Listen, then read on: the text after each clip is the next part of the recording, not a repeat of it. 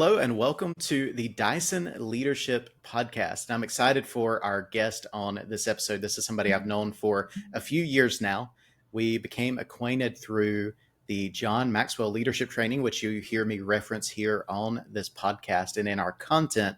And for me, I knew her before this, but she now has a new title. It is Dr. Burkhard, but Dr. Michelle Burkhard. She is a wealth of information, wealth of knowledge. She is absolutely fun to talk to. Me and her, I think, could sit and just chat for hours and get along. So as a quick introduction from my end, I'll share how we met, and then I'll let you introduce yourself, what you do, Sure. your business. So when we met, it was at the International Maxwell Conference going back a few years ago. And I remember one of the ways that I network at events like that is I look for tables that have a group of people already there, but they've got a couple open chairs. And I ask, is this seat taken? I try to sit down. That's a way I network, connect, because when you sit down for a meal, 30, 40 minutes, you are locked in and you've got those people for conversation. And I remember there was, I think, one or two tables over the course of those few days I was at the conference that a person called out to me and invited me to their table. I was rejected from one table. They had people coming, taking those seats. I had several people that would say, yeah, you can sit here. This seat's open. But there was only two instances somebody called out, and one of them was you and your table. You called out and you're like, you looking for a place to sit? Come sit here. And I sat with you and our late friend, Charles, who Yes. that was a great conversation that day. I know that was the longest I sat at any table for a meal, and we had fantastic conversation. I was trying to start a business, build it, looking at what that would look like, and you gave me some fantastic advice. And probably one of those, the biggest takeaway I had at that point was just to get started. I was talking about all the ideas, and you go, well, why haven't you started? I'm like, well, I need to do this, this, and this, but why haven't you started? And that's what we kept going back to. And Yeah. I remember I came home, and even my wife now, she references back. She's like, didn't that lady tell you one time you just needed to get started? Why are you worried about details? So even that advice, it lives on, and I hear it even in That's my awesome. daily life. Oh. So it's funny. So enough about that. It's kind of a funny background for us. But Dr. Burkhard, please go ahead and introduce yourself to our audience. I know you have a business, different things you do. Share a little bit about who you are, what you do, and how you add value to people. Sure. That's a big question, honestly. Sure. Right now I'm mom. So that's one of my biggest roles. My son Josiah is in the Navy. He's training to be a nuclear engineer on a submarine. So he's a real smart guy. I'd like him to just once in a while share proof of life. That's all I ask. And then I've got my oldest daughter, Hannah, just graduated high school. So she's going to Michigan State University for agriculture. So that'll be fun. And then my youngest is almost 15 and is going to be a sophomore. So busy time here in the Burkhard household. Definitely sounds like it. Yes, which is really the reason why I need to have the kind of business I have, so that I have a lot of flexibility. So just to share a very long story in a brief amount of time, my background is in education. I was a classroom teacher, and then I was an administrator, and then I headed into professional development about 20 years ago, doing speaking and training and various different development things. To be honest, I only did it because if I presented at a conference, I got to go to the conference for free, and I needed the training hours. And so I didn't do it because I was like, oh, I'm the greatest thing on earth. I was like, I don't have to be good. I just have to present. Yeah. And so I learned how to be a really great presenter and speaker. Loved it. I've traveled to 7 different countries. I have, people in 7 different time zones as far as clients now. Prior to, our world changing, I had 250 live events I spoke at every year. Wow. And I'm never going back to that. That is crazy. That's ridiculous. I thought it was what I needed. I thought it would bring me money. I barely broke the bank because there's a lot of costs associated to that. And so now I'm primarily focusing on leadership, but within leadership, my area of expertise is actually in coaching. I love coaching. So coaching is the highest form of leadership. I could talk about it for days. I will not. But my PhD is actually in assessment, evaluation, and accountability. But my research is in coaching within very large systems. And so if you want to talk about coaching, we can delve into that. Yeah. I love the mindset piece of it, the growth and the learning. So my bachelor's in elementary education taught me teaching and learning. My master's in early childhood education taught me the developmental process, because that's different than teaching and learning. I have a master's in psychology, so that taught me all of the psychological things. And then, of course, my PhD taught me, business organization development, things like that. Now, all of that, listen, I'm still mom. I'm Yep. still like, every time I go somewhere and somebody reads out my bio, I'm like, wow, that person sounds really awesome. And then I usually get up and share some silly story of how my children have humbled me. So I really am a real life person. 90% of my time I'm sitting in this chair helping someone think through a problem. And that's pretty much what I do in a nutshell. Yeah, and it's funny hearing you run through all the credentials and things. I don't have near as many credentials by any means, but even with what I do, when I hear somebody read my bio and it's like, oh, business professor, author, podcast host, leadership trainer, and they're going through all these things. Oh, he's got a master's degree in business, and going Yeah. through, I'm like, oh my gosh, there is a lot of stuff out there. I don't feel like I do that much. Like, there's sometimes I look at, I'm like, I'm just a simple person. This isn't that big of a deal, but there's stuff out there. So it's Yeah. funny that it's the same for you. We're real life people just living. That's actually one thing I've Yeah. learned, and I think that's a good bit of advice. I'll just start that as a bit of advice right there. Is I have learned most people, regardless of their credentials, their titles, their position in life, most, not all, but most, will engage with you, and they're just people. I think a lot of people get stressed out at the titles and they look and go, oh my gosh, this person's got a doctorate degree. Oh my gosh, this Yeah. person's a CEO. Yeah, sometimes you get the bad eggs. They're going to be rude. They're going to be stuck up. That happens. But I have had Yeah. so many people that are VPs, executives, PhDs, scholars, business Yeah. professors, that if you go and engage with them, they'll talk to you. And Yeah. they're open. They'll give you advice. And I've got so much information from people like yourself and others who are just open in that way. Yeah. Well, and I think that's a great point, because some people do shy away from that. And it was very interesting because at the beginning you're like, okay, so you're Dr. Burkhard, right? And I was like, Yeah. taken aback for a minute. I'm like, oh yeah. I literally looked at my wall. I was like, yeah, I have a diploma up there. Yeah, I'm doctor now. And it's not that I don't think of myself as doctor. I just don't use it. Uh, Sure. I will rephrase that. There are certain rooms that I speak in that Yep. that PhD matters to them, and so if they will listen to me, I will use that on my slide. Mhm. That's it. But other than that, I personally, I struggle with that. That was the biggest struggle I had throughout this journey, is that I don't want to seem to have more credibility because I have a diploma on my wall, because I think that is almost disrespectful, because there are so many people out there that know so much that they should have 3 PhDs. It's true. And so I always look at people as like, what can you teach me? Because I know I'm an expert at this little teeny tiny question that my research was on. Okay, that's it. I'm not an expert in everything. And so I need other people to teach me the things that I don't know, which is really why I like to do this business, because every day I'm learning from someone else. If I'm going to talk about leadership and coaching, and I'm working with a coaching client, and they're literally bringing me a brand new, fresh leadership problem that I would never interact with, I think that's fun.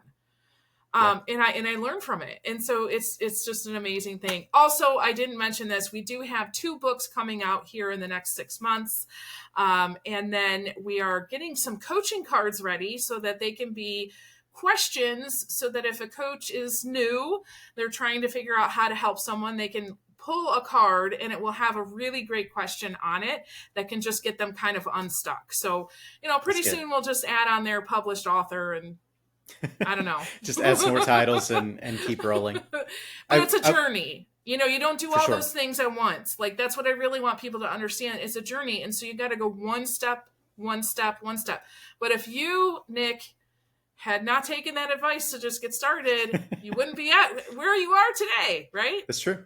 It's true. I took that advice and I started, and I'll be honest, I failed. Like, it didn't go well when I started. Yeah.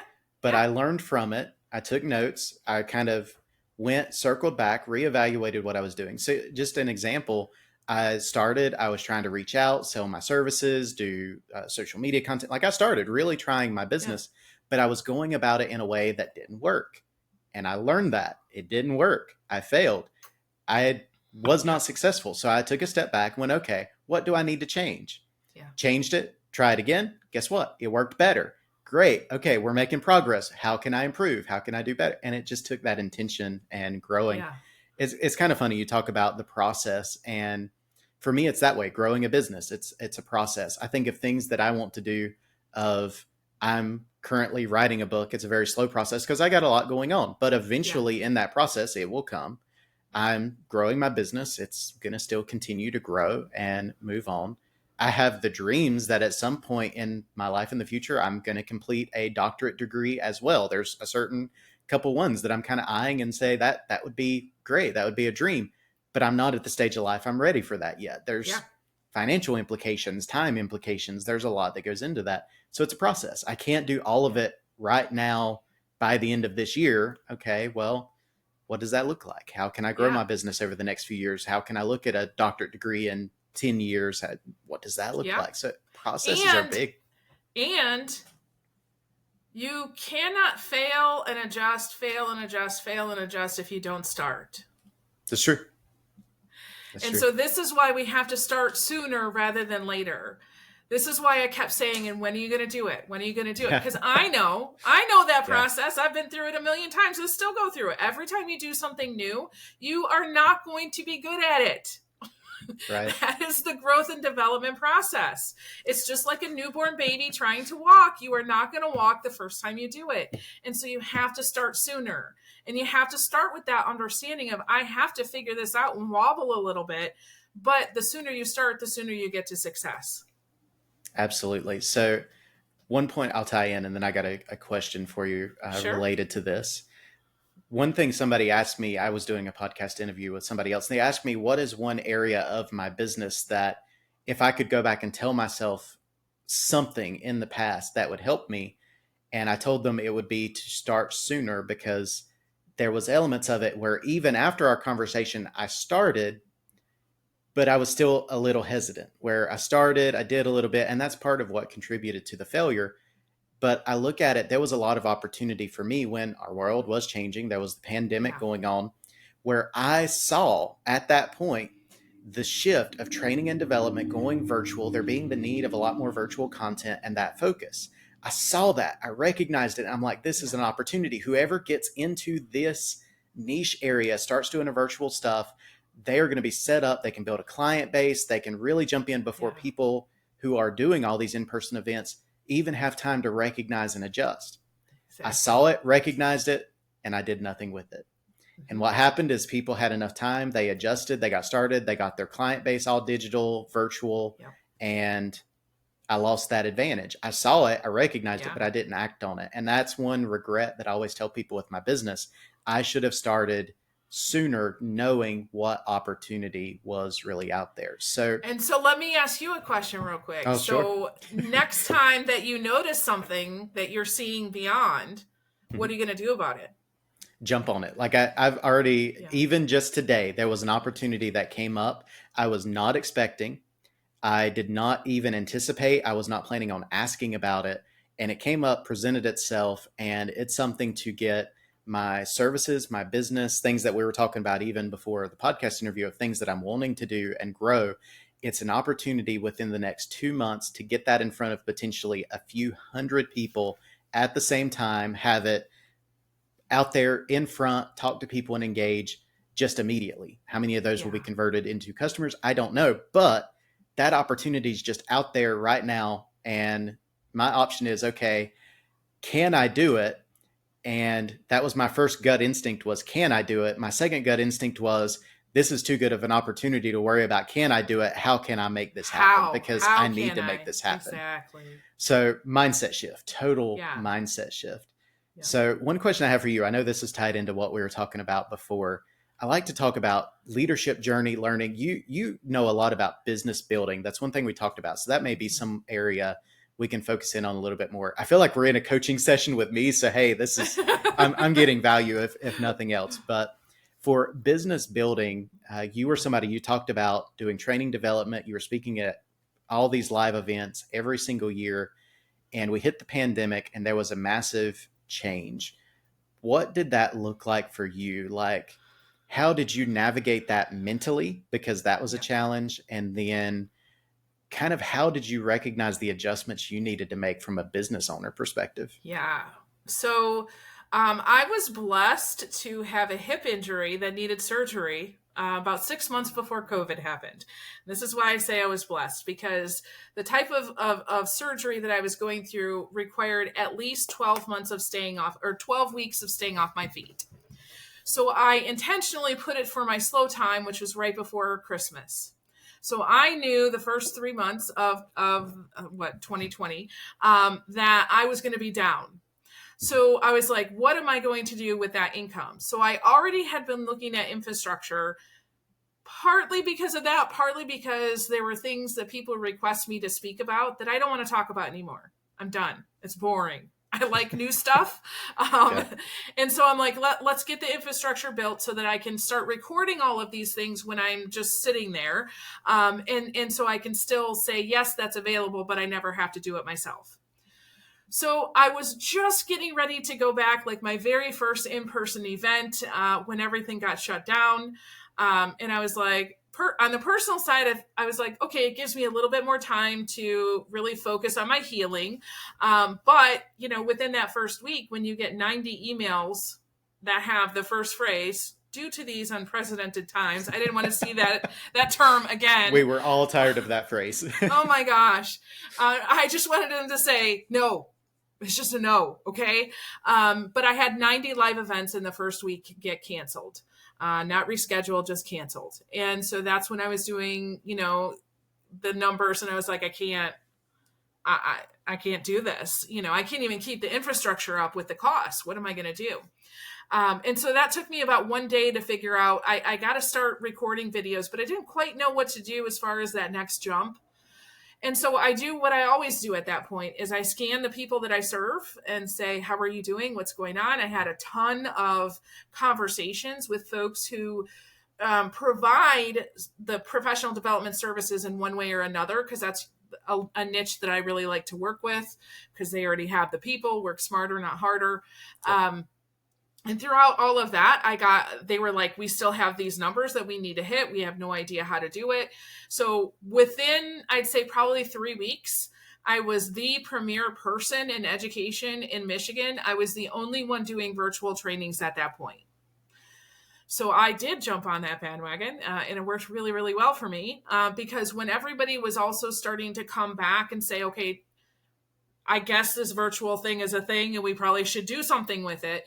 Then the PD providers looked at me and said, how are you doing this? And I said, well, if you pay me a couple $1,000s, I'll show you how. And so then I started to provide my services to teach them, what this thing is called Zoom, right?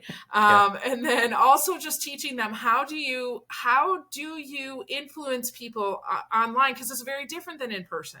It is. For sure. And so, all the tech and tools and strategies and making sure that it was still high quality professional development.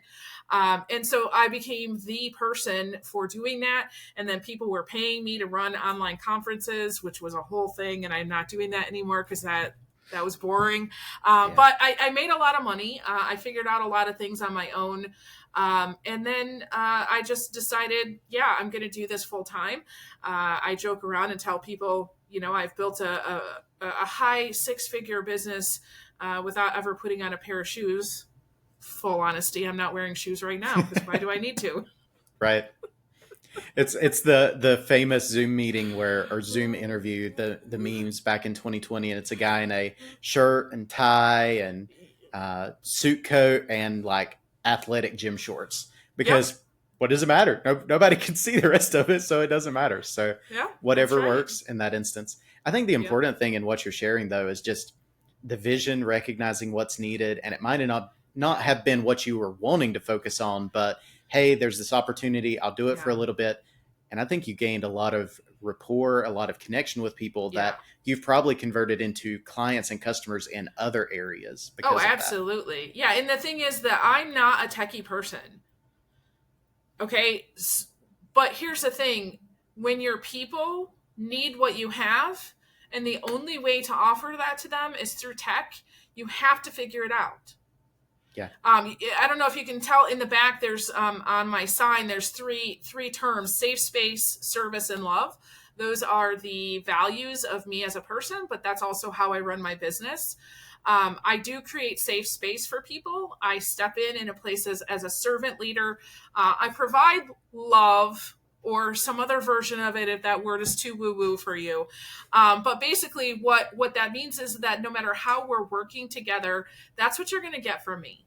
You know, if I'm teaching or coaching or whatever it is that we're doing.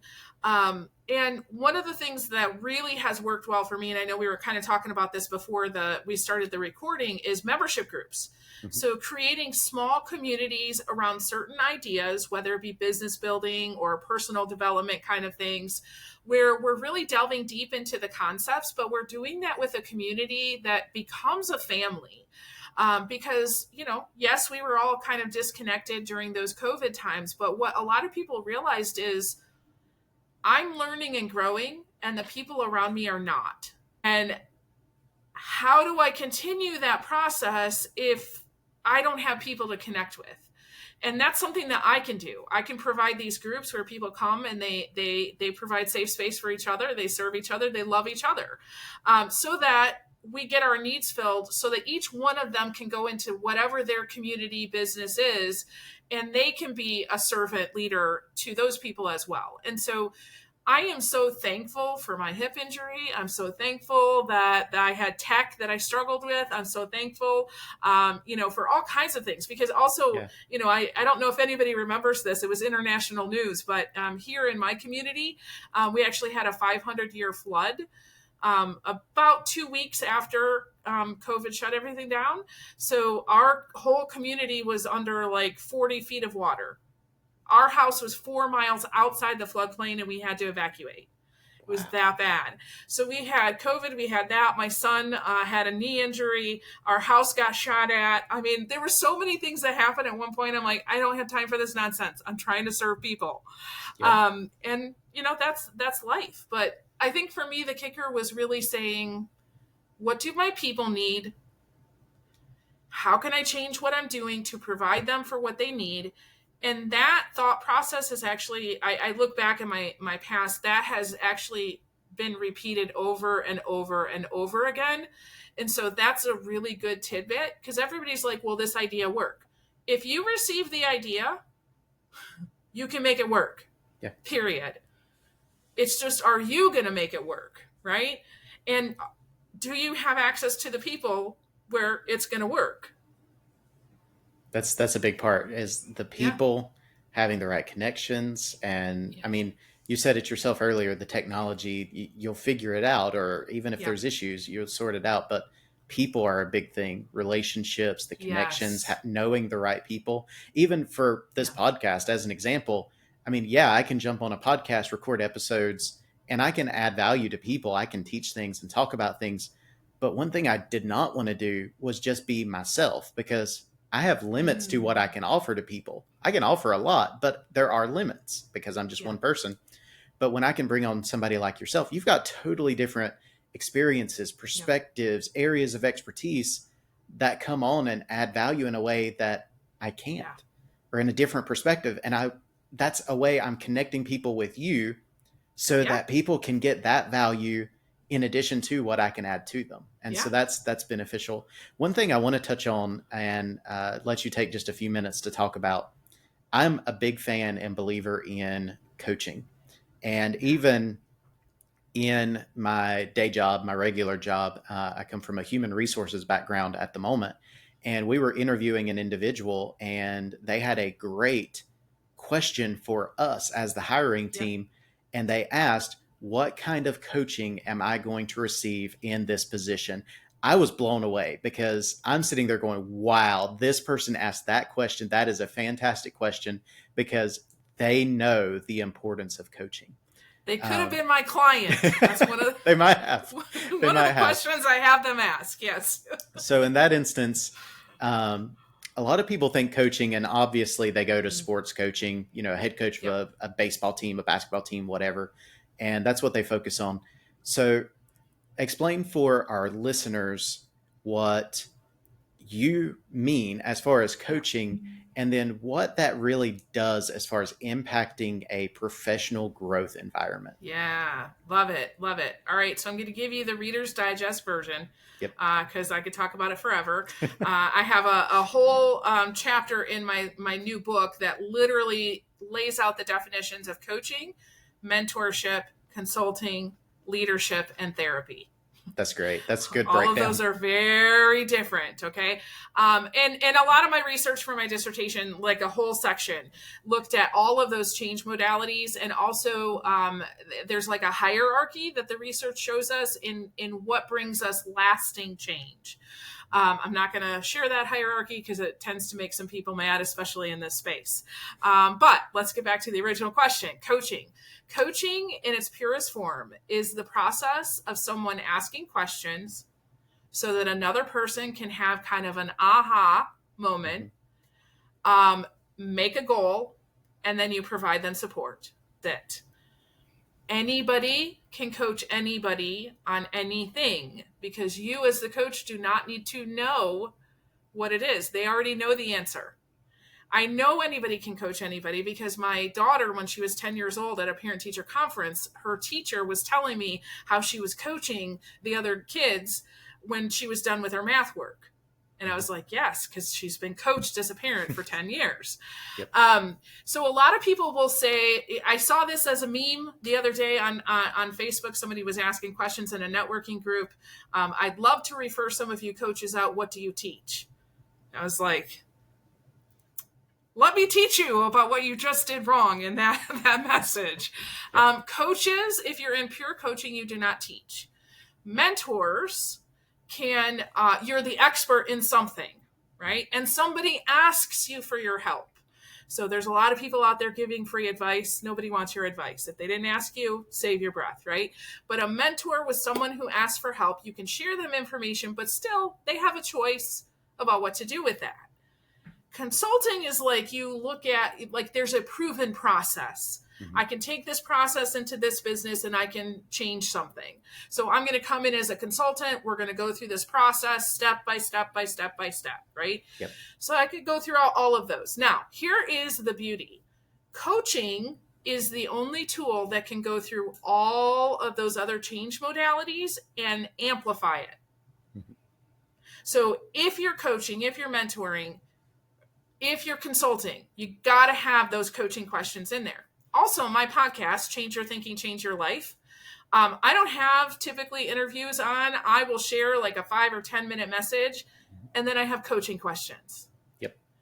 So that you as the individual can reflect on those questions and go, what should I do about this today? I want you to feel like you're in a coaching session with me. And so when someone says I'm a coach, I'm like, what does that mean to you? Because that's also something that the research shows us. Every organization, every business, every field and industry has a different definition for coaching. But true coaching puts all of the power on the other person. And it's, in my opinion, the simplest thing to do if you can put yourself aside.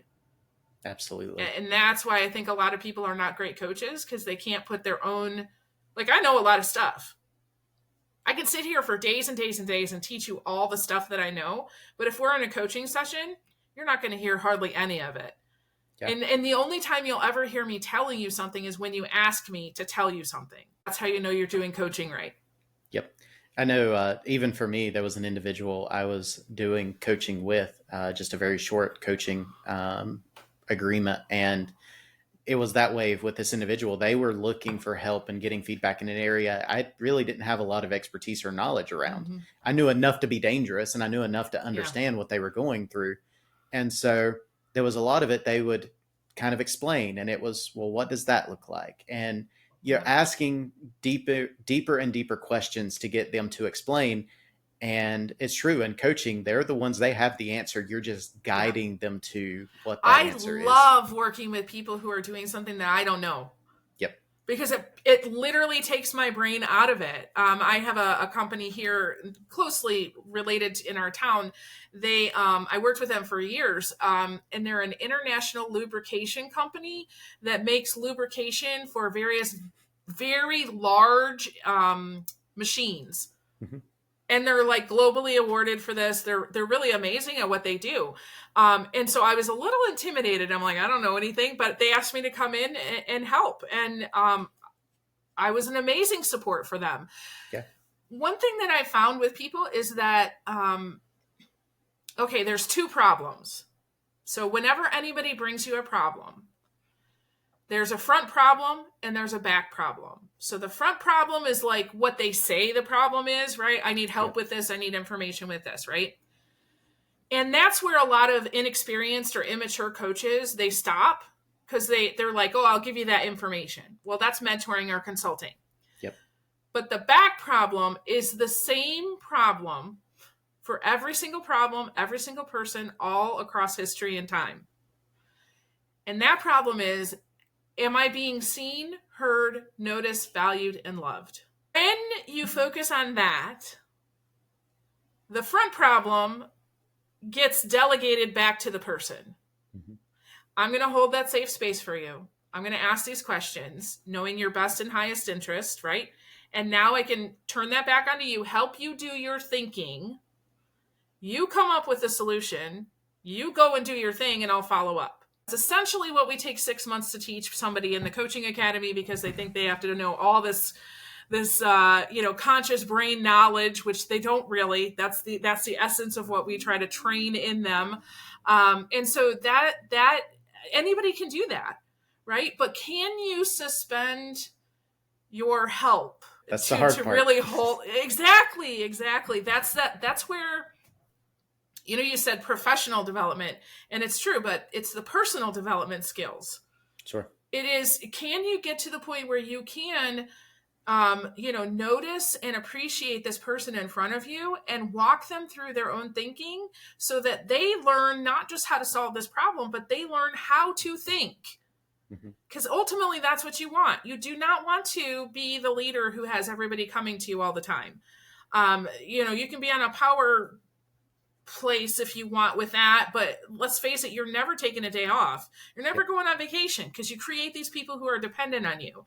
So 100%. Isn't it better to create a situation where everybody at all levels can do their own thinking and support each other? Yeah. I'll answer my own question. Yes, it is. That's what you're ultimately looking at. But you have to realize that the definition of help is about the person in front of you. It's not about you. Yep. And that's, I think, the biggest difference with coaching and all of the other change modalities. Absolutely. And even the individual I referenced that I was doing the coaching with, that was very much the thing, is trying to help them navigate what they're doing, but also a thought pattern so that when these things would come up in the future, because they'll come up in different ways in the future, other issues. Yeah. They could navigate this. Who can help me? What resources do I need? How do I navigate that? And they would kind of get the foundation of these different thought patterns. And if they needed to reach out and get additional coaching, great. Let's sit down. Let's have that conversation. I'll help guide you, ask you some questions. We'll navigate what that looks like. But I think a lot of people ignore coaching. They see it as, I'm going to hire this person. They're going to come in and tell me what I need to do. And that's consulting and not truly coaching. If it's coaching, you come and you ask me, how do I do XYZ? If I know, I can give you that feedback. But otherwise, if you come to me for coaching, I'm going to try my best to not give you answers because it ultimately needs to be yours as well. That's one thing in psychology. If it's somebody else's idea, like if you try to convince me to do something, then I may do it for a short time. But if it's really not something I care about, it's going to stop. It's going to end. Exactly. Something's going to happen. Yeah. But if it's my idea, I want to do it, I'm passionate about it, and you help guide me to that end, it's going to happen long term. I'm going to keep working on it. And here's a little Jedi mind trick for people, because some people are not coaches, and they'll never be coaches no matter what. They make excellent mentors, and that's about 5% of the people who go through our coaching academy. At the end, their biggest realization is, I'm not a coach, which I knew at the beginning. Finally, 6 months, you've caught up to me, the expert. Yes, you are not a coach. You are a mentor, but now you have coaching skills that you can use in your mentorship. Yep. So one of the things that we know is that if you're wanting to share something with somebody, so I shoot for at least 80% of any session I'm working with somebody is pure coaching. Mm-hmm. The other 20%, sometimes they're asking me, sometimes I'll say, may I give a suggestion? Because if I see that they're really struggling, there's a difference between struggling that leads to learning and struggling that's overwhelmed. So when we get to that point, I'll say, may I give a suggestion? Now, here's what's going to happen. If they say yes, I'm going to be very, very, very responsible with my suggestion. I'm going to give them the suggestion that I think is best for them right now. And so I'll share that suggestion. Once they say yes, I have that agreement, so I can say that. They are 90 to 95% likely to take that suggestion. So I'm very, very careful with it. But here's the thing. There's another 5 to 10% where they're like, ooh, I don't know about that. But, and there's always a but, and then they turn it into their own idea. That's what I want. I don't care if you take my suggestion or not. Absolutely. But you turn it into your own idea, and we're off and running. That's a great way of looking at it. Exactly. Now, if I say, may I give you a suggestion? They're like, yeah, sure. And they take it. I'm going to be very cognizant. They're probably just taking it because that's what I offered them. So it's not because it's the best and brightest. And so I'm careful with that. But if they say, no, I don't want your suggestion, I'm like, all right, great. It's out of my mind. Mm-hmm. They are not rejecting me. They're not rejecting my business, my idea. This has nothing to do with me. And usually when I say, can I give you a suggestion? And they say, no, it's like, usually what follows is give you just 1 minute to process this. Yes, that's what I want. Right. And so it's a very simple thing, but if I shared a suggestion after they said no, they're 90 to 95% likely to not do it. So why would I do that? I'm wasting our time. Absolutely. So we are getting really close to the end of our time, and we could keep talking about coaching on and on. I think very simply we can put it, coaching is important. I, for one, recommend if you have a coaching program at your work, take advantage of that. If you are looking to grow as a leader, as a professional, just as a person, seek out and find a coach, because they will help you navigate so many different things and help you grow as an individual. I'm a big fan of coaching. I'm a big believer in it. I know, Michelle, obviously, you're a big fan of it. You're a believer in it. So I highly recommend for any of our listeners, they definitely look for a coach or an opportunity to get involved in a coaching relationship somewhere. I do have a couple wrap-up questions for you. I like to ask our guest, this kind of a fun thing to kind of bring us to a close here. I know you are like me. You read a bunch. You have plenty of things you could recommend out, but just a couple books that you would recommend somebody read that really maybe has impacted you, or that you feel like the audience here on this podcast would find good value in. Yeah, so I would say the very first one is John Maxwell's The 15 Laws of Growth. It has been the most impactful. It was a book before John became my in-person mentor. He was my book mentor for many years. He's got a lot of great books, but that one has made the most impact on me. I go through it every year personally. I do as well.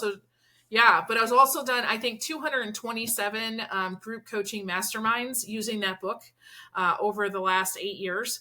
It's been very significant for me and for building my business. And then another one, there's a book called Cybernetics, and it's written by Maxwell Maltz. It's a very small book. It's got some reflection questions in there, but it's going to take you through your self-image. Because how you see yourself is how you see others, how you see life, it's how you see the world. And if I could gift anybody anything, it would be the things that you learn about as far as awareness and the 15 laws of growth, and the things you learn about yourself when you go through with Maxwell Maltz. Please, please, please don't just read those books, internalize them, because it will literally change your life. That is great. And for our podcast listeners, if you're looking at the video or you're just listening on audio, check the description and I will link both of those books. That way you have visibility. You Perfect. can go and find those and check those out. One other wrap-up question I have for you. A lot of the people I work with are up-and-coming leaders, young professionals. Maybe they're new in their leadership role. If you find somebody like that, what is one key point of advice that you would pass along to them? You cannot do this alone. Just plain and simple. If you are alone in your leadership journey, if you're feeling alone, it's your own fault. Yep. And let me tell you why. You need people. Many people are in roles where you have supported people within your group. That's awesome. But most people are not. They're out there, or they have this sense of, maybe there's not psychological and emotional safety in my workplace as a leader. And so you're going to need somebody outside of you. You think you have it down. You think I can read this book and I can make it happen. But just like we talked about with coaching earlier, you need somebody who's outside of you that you can report back to and say, am I thinking about this right? Because we think we are, but we're not. And so to have an outside perspective, to just say, well, have you thought about this? Or have you thought about that? I wish I had done that when I was a school administrator. I was on my own for a long time. Thank God I had John Maxwell books, because it really helped. But yeah, you cannot do this alone, no matter what you think. So find a tribe, find a coach or a mentor that's going to help walk alongside you. Absolutely. So last thing, as we wrap up, I do just want to say thank you for jumping on. This has been fantastic. I've enjoyed just catching up, chatting with you. I know personally we haven't had a chance to catch up and chat for a while, so it's been nice just to catch up a little bit today. But for the podcast audience, how can they find out about your business, what you do, and maybe reach out and connect with you? And then I'll also link that down in the description as well. Sure. Yeah. So right now we have just about every infrastructure in my business is changing. We're getting ready to make a massive kind of growth here. The easiest way is to connect on the podcast. So the podcast is called Change Your Thinking, Change Your Life. And then in there, usually in every description is my email. You can always reach out. You can look up the business. It's called Grow By One, and see if our website's working yet. Good luck. It might be by the time I post this episode. You might have the infrastructure worked out, so it might be perfectly fine. But I will still link ways they can connect with you and link your podcast down below, because I know, awesome. I believe you post episodes, is it daily on that podcast? Yeah, so we've slowed down just a little bit the last few weeks. Life has showed up, but sure. We try to do daily, and we try to keep it 10 to 15 minutes. So it's geared towards, here's a lesson. It could be on leadership, could be on mindset, a lot of kind of trying to raise people's awareness, if you will. And then I ask a lot of questions throughout. It's a very conversational, like bring your coffee. We're just going to sit and chat for 10 minutes. It's nice to have it in your car on the way to work. You feel like, ooh, I got a little vitamin shot there. So yeah. It's good stuff. So I'll link that as well for any of our podcast listeners. And yeah, just again, thank you for being on with us. My pleasure. Yeah. It's been a great conversation. Hope you as our audience, you found value in this. Hopefully it adds value to you. That's the whole reason we're here on this podcast. Wherever you take in this podcast, if it's video, audio, wherever, be sure to leave us a rating, leave us a comment. Let us know something that you liked or enjoyed about this episode. That would be great. Be sure to share it to your network, send it to a friend, help us grow and reach more people so we can add value to more people.